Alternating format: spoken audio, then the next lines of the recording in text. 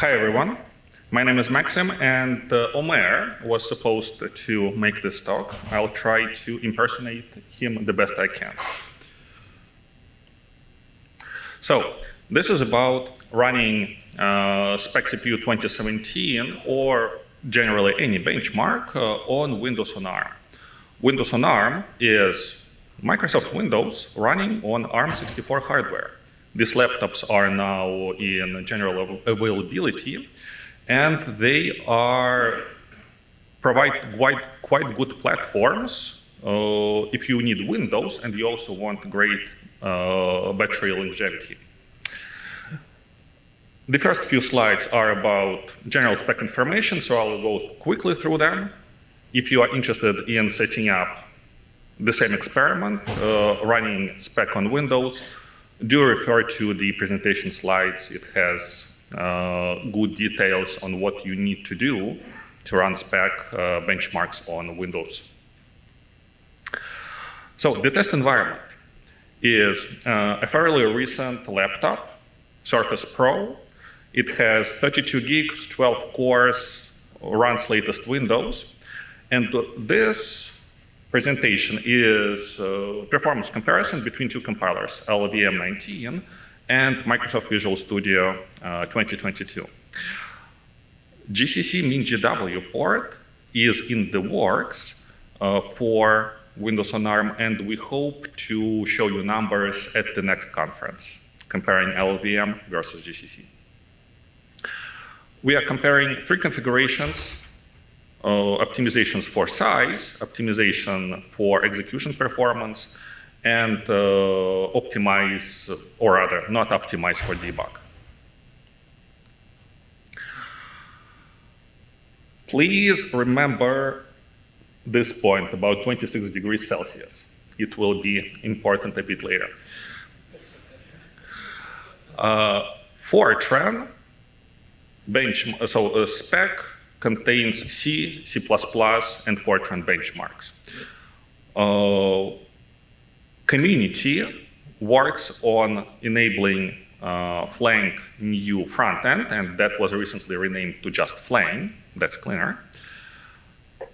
But Clang cannot still compile, I believe, one benchmark on Windows. I believe it can compile all benchmarks on Windows, on Linux, but one still fails on Windows. So let's go and look at some of the numbers. These are C and C++ benchmarks, and as you can see, the numbers, Clang generally beats Microsoft Visual Studio compiler. This is execution time. So execution time, whether you are optimizing for speed, for size, or for debug, are generally between 5 and 15% faster than Microsoft compiler. We see similar results for the floating point performance as well.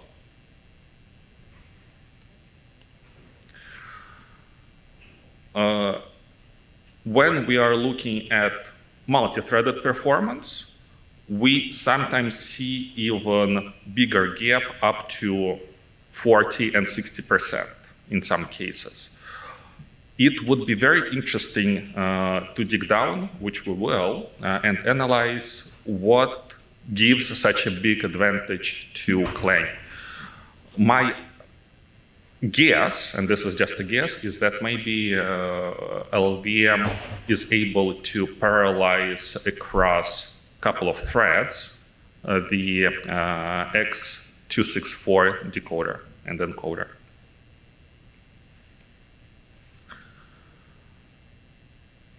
There are a few outliers, in this case in the Fortran benchmark, but keep in mind, Clang project in LLVM has been in enablement mode for the last several years, and I believe no one really looked at performance yet. So this is only expected to get better and hopefully quite quickly. For code size, Turns out, Clang beats MSVC even in code size. And quite impressively. 20, 30, 40% improvements, including on the code size optimizations as well. So O1 is actually optimized for size, O2 optimized for speed, and this is debug build.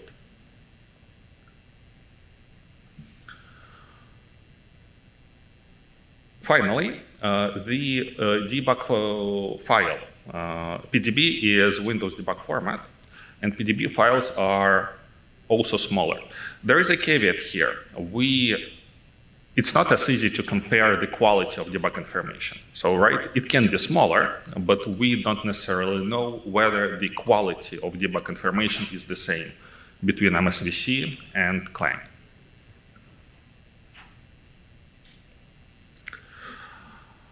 Finally, Windows Perf. This is a plug for how to actually investigate and look at performance for Windows on ARM.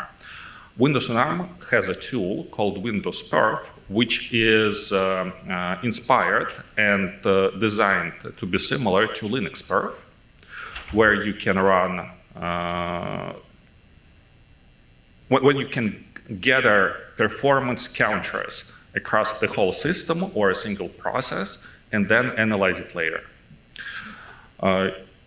It's available at GitHub, and I believe it is released now.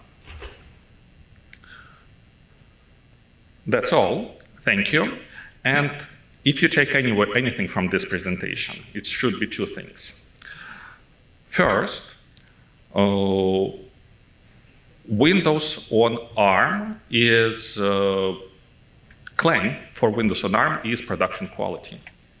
The community and my team at Linaro has put a lot of effort into making sure that Clang and LLVM is supported very well for Windows on ARM. And if you want performance and if you want small size, do seriously consider for using Clang when building applications for Windows. And the second takeaway, 26 degrees room temperature. It's difficult to do reliable benchmarking correctly. So if you do benchmarking as part of your job, you do have a legitimate case for expensing a beer fridge for your home office. Because that's where you stick your laptop or your machine and you do benchmarking. Thank you.